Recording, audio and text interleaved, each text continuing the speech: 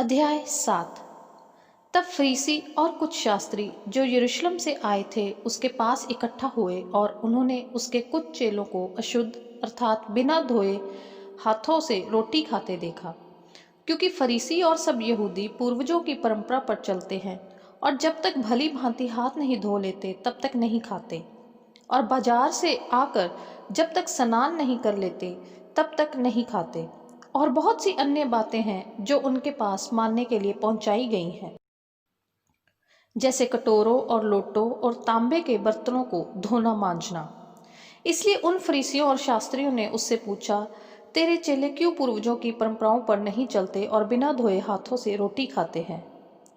उसने उनसे कहा, यशायाह ने तुम कपटियों के विषय में बहुत ठीक भविष्यवाणी की, जैसा लिखा है, ये लोग होठों से तो मेरा आदर करते हैं पर उनका मन मुझसे दूर रहता है। ये व्यर्थ मेरी उपासना करते हैं, क्योंकि मनुष्य की आज्ञाओं को धर्म उपदेश करके सिखाते हैं। क्योंकि तुम परमेश्वर की आज्ञा को टालकर मनुष्य की रीतियों को मानते हो। उसने उनसे कहा, तुम अपनी परंपराओं को मानने के लिए परमेश्वर की आज्ञा कैसी अच्छी तरह टाल देते हो। क्योंकि मूसा ने कहा है, अपने पिता और अपनी माता का आदर कर, और जो कोई पिता व माता को बुरा कहे वह अवश्य मार डाला जाए। परंतु तुम कहते हो कि यदि कोई अपने पिता व माता से कहे, जो कुछ तुझे मुझसे लाभ पहुंच सकता था वह कुर्बान अर्थात संकल्प हो चुका, तो तुम उसको उसके पिता व उसकी माता की कुछ सेवा नहीं करने देते। इस प्रकार तुम अपनी परंपराओं से जिन्हें तुमने ठहराया है परमेश्वर का वचन टाल देते हो और ऐसे ऐसे बहुत से काम करते हो। तब उसने लोगों को अपने पास बुलाकर उनसे कहा, तुम सब मेरी सुनो और समझो।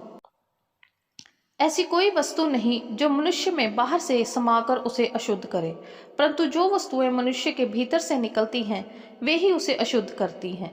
यदि किसी के सुनने के कान हो तो सुन ले।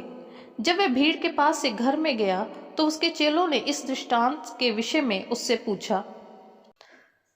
उसने उनसे कहा, क्या तुम भी ऐसे ना समझ हो? क्या तुम नहीं समझते कि जो वस्तु बाहर से मनुष्य के भीतर जाती है वह उसे अशुद्ध नहीं कर सकती, क्योंकि वह उसके मन में नहीं परंतु पेट में जाती है और संडास में निकल जाती है। यह कहकर उसने सब भोजन वस्तुओं को शुद्ध ठहराया। फिर उसने कहा, जो मनुष्य में से निकलता है वही मनुष्य को अशुद्ध करता है, क्योंकि भीतर से अर्थात मनुष्य के मन से बुरे बुरे विचार, व्यभिचार, चोरी, हत्या, परस्त्रीगमन, लोभ, दुष्टता, छल, लुचपन, कुदृष्टि, निंदा, अभिमान और मूर्खता निकलती है। ये सब बुरी बातें भीतर ही से निकलती हैं और मनुष्य को अशुद्ध करती हैं। फिर वह वहां से उठकर सूर और सैदा के देशों में आया और एक घर में गया और चाहता था कि कोई ना जाने, परंतु वह छिप ना सका। और तुरंत एक स्त्री जिसकी छोटी बेटी में अशुद्ध आत्मा थी उसकी चर्चा सुनकर आई और उसके पांव पर गिरी। यह यूनानी और सुरुफिनी की जाति की थी। उसने उससे विनती की कि मेरी बेटी में से दुष्ट आत्मा निकाल दे। उसने उससे कहा, पहले लड़कों को तृप्त होने दे, क्योंकि लड़कों की रोटी लेकर कुत्तों के आगे डालना उचित नहीं है। उसने उसको उत्तर दिया, सच है प्रभु, तो भी कुत्ते भी तो मेज के नीचे बालकों की रोटी का चूर चार खा लेते हैं।